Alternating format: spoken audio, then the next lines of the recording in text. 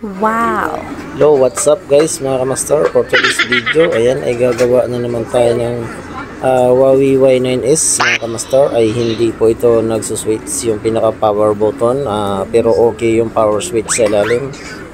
Pakita ko sa inyo mga kamaster, mga viewers, kung paano gawin na hindi tayo magre-replace ng power button mga kamaster.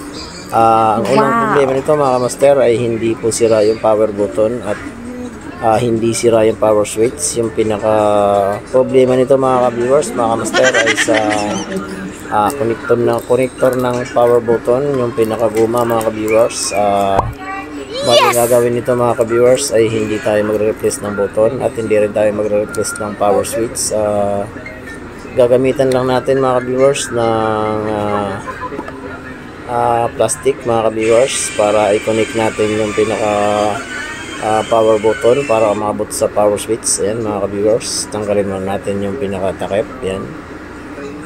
Wow! Mga viewers ay hindi natin tatanggalin yung battery at hindi na natin bubuksan yung motherboard.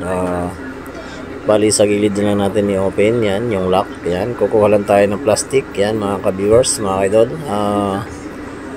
Ayan po yung technique mga idol, ay hindi na tayo magre-replace ng button. Yan, bali ayan, yun po yung pinaka-technique mga idol, ay hindi na tayo magre-replace.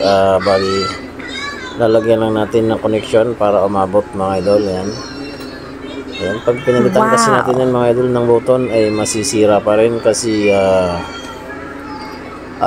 guma po yan mga idol, ay nadururog. Yan po yung plastic mga idol, ay hindi na po yan masisira mga idol. Ayan po yung pinaka basic technique mga idol sa paggawa ng mga power button na hindi umabot sa switch mga idol. Ayan. Wow! Yan mga idol, susukatan lang natin na maisara natin yung lock mga idol. Yan. Yan mga idol, ay hindi na natin binuksan mga idol. Yan, try natin mga idol kung success. Yan. Yan, success mga idol.